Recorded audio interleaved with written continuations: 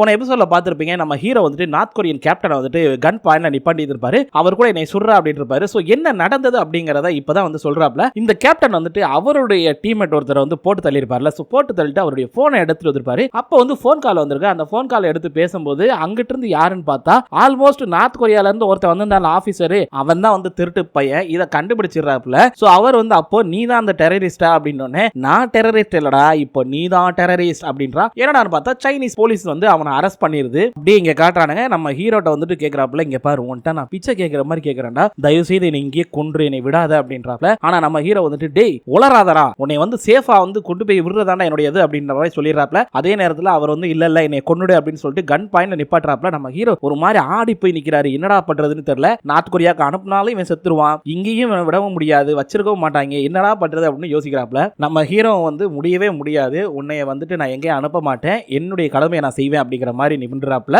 So அவனை வந்து arrest பண்ணி கூட்டிட்டு போறாங்க. அப்படி கூட்டு போகும்போது கையில வந்துட்டு ஒரு சின்ன ஸ்நாக்ஸ் மாதிரி இருக்கு. அதை வந்து நம்ம ஹீரோ தான் கொடுத்துருப்பாரு. இந்தாடா சென்ட் ஆஃப் கிஃப்ட் அப்படிங்கிற மாதிரி கொடுத்துருப்பாப்ல. அதை யோசிச்சு பார்த்துட்டே வர்றான். எங்க கட் பண்ணி நம்ம ஹீரோவை காட்டுறாங்க.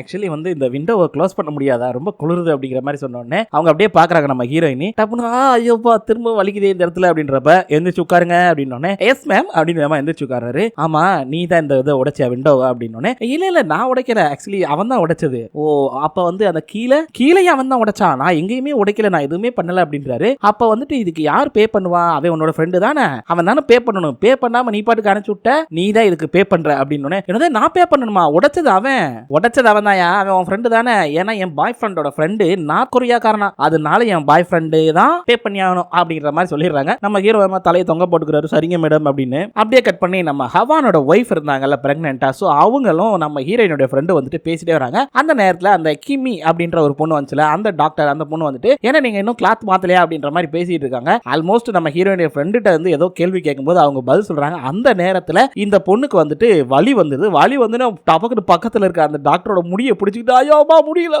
அப்படின்னு வேமா போய் உட்கார்ந்துடுறாங்க. அவளுக்கு முடிய ஓன்னு கத்திக்கிட்டு இருக்காங்க. என்ன மேட்டர்னா குழந்தை வெளியே வர்றதுக்கு வந்து இதாயிருச்சு, டைம் ஆயிருச்சு, அதனால வலி வந்துருச்சு. இவங்க முடிய பிடிச்சி அழுத்திக்கிட்டு இருக்காங்க. அவங்களும் சொல்றாங்க கொஞ்சம் முடிஞ்ச அளவுக்கு நல்லா புஷ் பண்ணு அப்படின்னோடனே, எப்படி புஷ் பண்றது, எனக்கு தான் வந்து ஒரு பிடியே இல்லையே, அதான் அவன் முடிய பிடிச்சிக்கிட்டு இருக்கேன், அடியே சும்மா இருடி அப்படின்றாங்க. வலி வேற அதிகமாக அந்த முடிய ஓவரா பிடிச்சி இழுக்க அவங்க ஒரு பக்கம் கத்த இவங்க ஒரு பக்கம் கத்த, பாக்குறதுக்கு கொஞ்சம் ஃபன்னான சீன் தானே இதுவும். இப்ப இன்னொரு கூத்து என்ன தெரியுமா நடக்குது, நம்ம ஹீரோயினியை பிடிச்சி மேடம் அந்த விண்டோ உடைஞ்சதுல அதுக்கான அமௌண்ட் வந்துட்டு கவர்மெண்ட் கொடுக்க முடியாதுன்னு சொல்லிட்டாங்க. ஏன் அப்படின்னா நேச்சுரல் டிசார்டரோ இல்ல வந்து ஆக்சிடென்ட்லோ அந்த கண்ணாடி உடைஞ்சது அப்படின்னா அது வந்து ஒன்லி ஹாஸ்பிட்டலோட பொறுப்பு, சோ இதுக்கு வந்து நாங்க பொறுப்பு ஏத்துக்க முடியாது அப்படிங்கிற மாதிரி சொல்லிட்டு இருக்கும்போது, அப்படியா அப்படின்னு சொல்லிட்டு இருக்கும்போது பாத்தீங்கன்னா நம்மளுடைய ஹானுக்கு வந்து போன் வந்துருது. என்ன அப்படின்னா உனக்கு குழந்தை பிறந்துச்சு வாயா அப்படின்னு. சரி நீ போட அப்படின்னு நினைச்சுட்டு நம்மளுடைய டாக்டர் ஐயோ குழந்தை வெளியே வந்துருச்சு சூப்பர் அப்படின்னு குதிச்சிட்டு வர்றாங்க.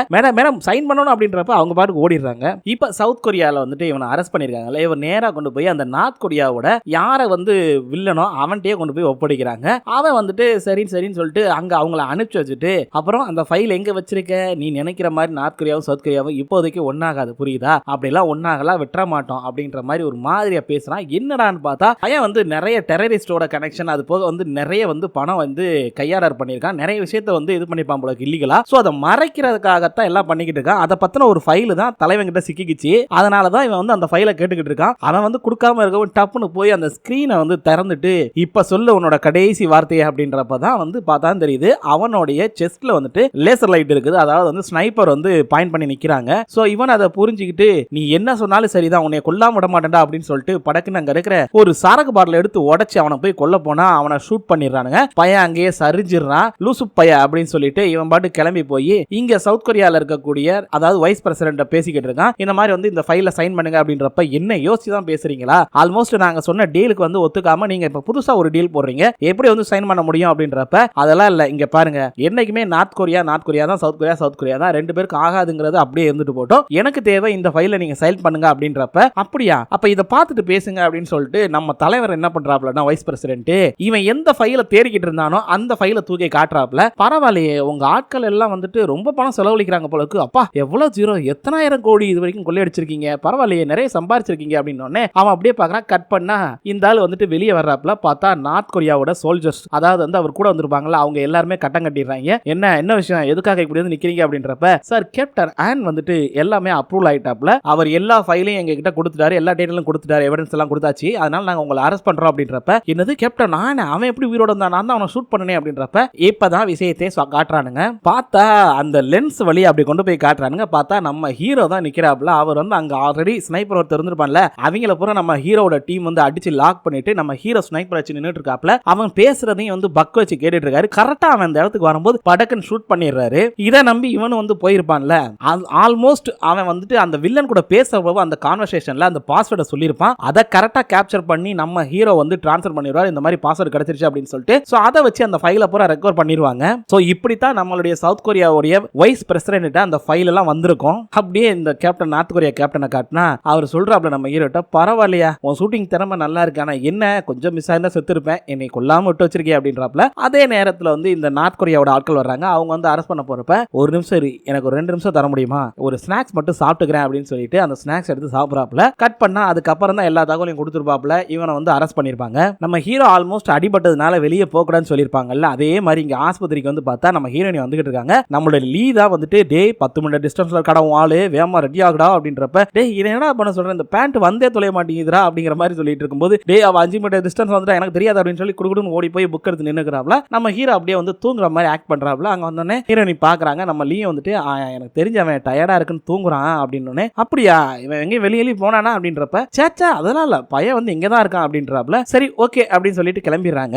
இப்ப நம்ம ஹீரோயினி ஒரு டைலாக் சொல்லுவாங்க பாருங்க. நம்ம ஹீரோயினி போன உடனே நம்ம ஹீரோ அப்படியே எந்திரிச்சு டேய் மச்சான் எனக்கு தயவுசெய்து இந்த பேண்ட்டை கழட்டுறதுக்கு ஹெல்ப் பண்றா அப்படிம்பாங்க. சரின்னு சொல்லிட்டு இவர் போய் கழட்ட ஹெல்ப் பண்ணிட்டு இருக்கும்போது நம்ம ஹீரோயினி வந்துருவாங்க. நம்ம லீ டப்புன்னு குதிச்சு பெட்ல படுத்துருவாரு க்ளோஸ் பண்ணிட்டு. நம்ம ஹீரோ வந்து புக்கை தூக்கி மூஞ்சி மேல வச்சுட்டு அவரு தூங்கிக்கிட்டு இருக்காரு மேடம் அப்படிங்கிற மாதிரி சொல்லுவாப்லையா. ஆக்சுவலி ரொம்ப நன்றி சர்ஜன் லீ அப்படின்னு சொல்லிட்டு உன்னை மாதிரி பைத்தியக்காரனை நம்பினது ஏன் தப்பு தான் அப்படிம்பாங்க.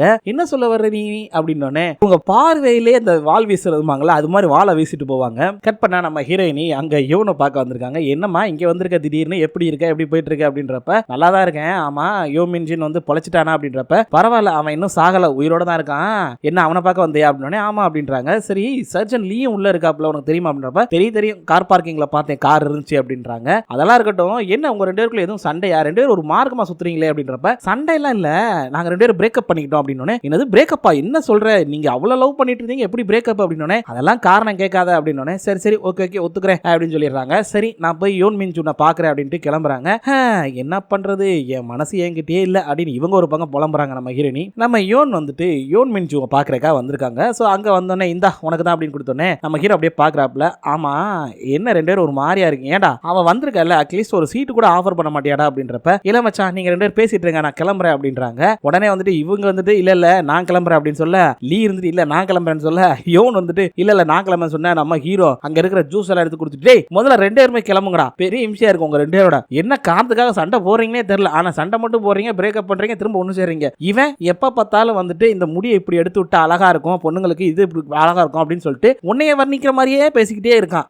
எப்ப பார்த்தாலும் உங்க 2 பேருக்கு வேலையே இல்ல, ஒருத்தரை பத்தி ஒருத்தர் கவலைப்படுறீங்க ஆனா கேட்டா பிரேக்கப் பண்றீங்க அப்படின்னு சொல்லிட்டு இருக்கும்போது நம்ம யோன் வந்துட்டு சரி ஓகே நான் கிளம்புறேன், உங்களை மாதிரி முட்டா பையில கூட பேசவே முடியாது நான் கிளம்புறேன் அப்படின்னு. நம்ம ஹீரோ வந்துட்டு டேய் உன்னால அவ என்னைய வந்து இடியட்னு திட்டிட்டு போறா, நீ தான்டா உண்மையிலே இடியட் அது தெரியுமா உனக்கு அப்படின்றாரு. நம்ம ஹீரோவும் கேட்கிறாரு ஏன்டா பிரேக்கப் பண்ண, எனக்கு அதுக்கான காரணம் சொல்லு பாப்பா அப்படின்றப்ப நம்ம லீ சொல்றாப்ல டேய் இங்க பாரு எனக்கு வேற வழி தெரிஞ்சிருந்தா கண்டிப்பா நான் அதை பண்ணிருக்க மாட்டேன், பண்ண வேண்டிய சூழ்நிலைமா பண்ணிட்டேன் விட அப்படின்றப்ப சரி என்னமோ பண்ணித்தல அப்படின்றாரு. நம்ம லீ வந்துட்டு யூனை தேடிட்டு வராங்க.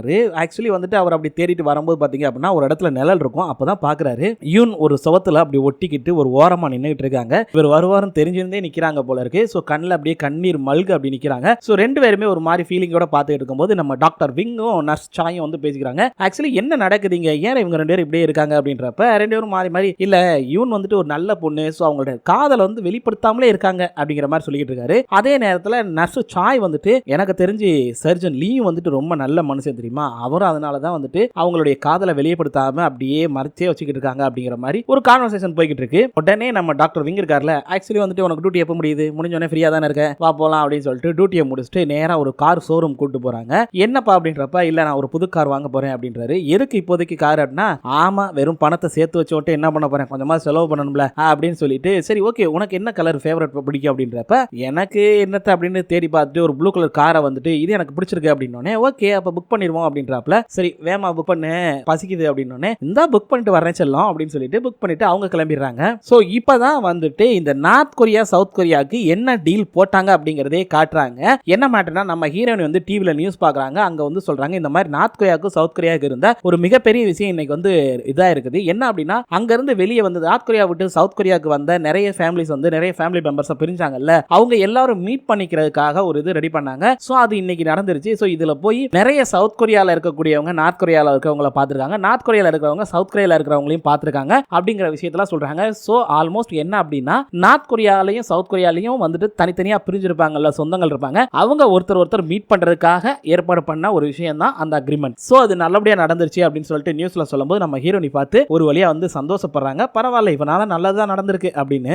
அப்படியே நேரா நம்ம ஹீரோ இருக்கிற ரூமுக்கு தான் வர்றாங்க. வந்துட்டு சரி ஓகே எனக்கு டியூட்டி முடிஞ்சிச்சு, நான் இங்க உன் கூட தான் தங்க போறேன் அப்படின்னு. ஏமா வீட்டுக்கு போக வேண்டியதானே அப்படின்னா, இங்க பாரு உன்னோட கார்டியன் நான் தான், அதனால நான் உன் கூட தான் இருப்பேன். அது மட்டும் இல்ல நீ வந்து அடிக்கடி எஸ்கேப் ஆகி ஓடிடுற, அதனால உன்னை ரெஸ்ட் எடுக்க வைக்கிறதுக்காக நான் இங்க தான் இருந்தாகணும் அப்படின்னு சொல்லிட்டு நம்ம ஹீரோயினியும் அவர் கூடயே தான் தூங்குறாங்க. என்ன அப்படின்னா நம்ம ஹீரோ பெட் மேல இருக்காரு, நம்ம ஹீரோயினி கீழே ஒரு பெட்டை போட்டு தூங்கிட்டு இருக்காங்க. அப்ப கூட நம்ம ஹீரோ கேட்பாரு ஆக்சுவலி வந்து நான் பேஷண்ட்மா இங்க நானாமா தூங்கணும் அப்படின்னா, அதுக்கு நம்ம ஹீரோயினி சொல்லுவாங்க பாரு என்னப்பா பண்றது, என் பேஷண்ட் அடிக்கடி டிபார்ட்மெண்ட் ஸ்டோருக்கு ஓடிடுறான், அதனால தான் இங்க நான் பாதுகாப்பு இருக்கேன் அப்படின்றாங்க. நம்ம ஹீரோவும் சரி அப்படின்னு சொல்லிட்டு படுத்துறாப்ல. படுத்துக்கிட்டு இருந்தவரு ரொம்ப நன்றி, ஏன்னா என் உயிரே நீ காப்பாத்திருக்க அப்படின்றப்ப, ரொம்பலாம் இது பண்ணாத அதுல சுயநலம் இருக்கு, ஏன்னா நீ இல்லாம என்னால இருக்க முடியாது அப்படின்னு. அப்படியா அப்படின்னு சொல்லிட்டு ரெண்டு பேரும் அப்படியே மாறி மாறி ஒரு லுக் விட்டுக்கிறாங்க. இப்ப நம்ம ஹீரோயின் வந்து நீ எதுவும் சாரி எல்லாம் சொல்ல வேண்டாம் என்கிட்ட அப்படின்றாங்க. இல்ல சாரி சொல்ல வேண்டிய விஷயத்துக்கு நான் சொல்லிதானே ஆகணும் அப்படின்னு சொல்லிட்டு சரி ஓகே இன்னைக்கு அந்த படத்தை நம்ம பாத்துருவோமா அப்படின்னு. எப்படி அப்படின்றாங்க. இது விஐபி ரூம் தானே, அப்புறம் என்ன ஜமாச்சிடலாம் அப்படின்னு சொல்லிட்டு